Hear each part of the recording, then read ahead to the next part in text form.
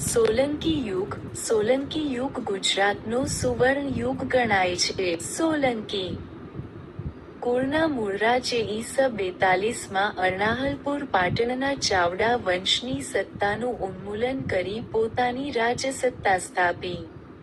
મૂળરાજ સોલંકી, ઈસ 942મી 997, કચ્છ, સૌરાષ્ટ્ર, ઉત્તર ગુજરાત તથા ખેડા સુધીના પ્રદેશનો સાર્વભૌમ શાસક બન્યો હતો. મૂળરાજે સિદ્ધપુરમાં રુદ્રમહાલય બંધાવ્યો હતો. ભીમદેવ પહેલા ઈ.સ.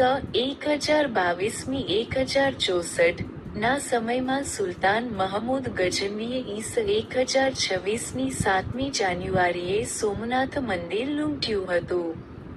ત્યાં ભીમદેવે ઈસ 1027માં પથ્થરનું નવું મંદિર બંધાવ્યું.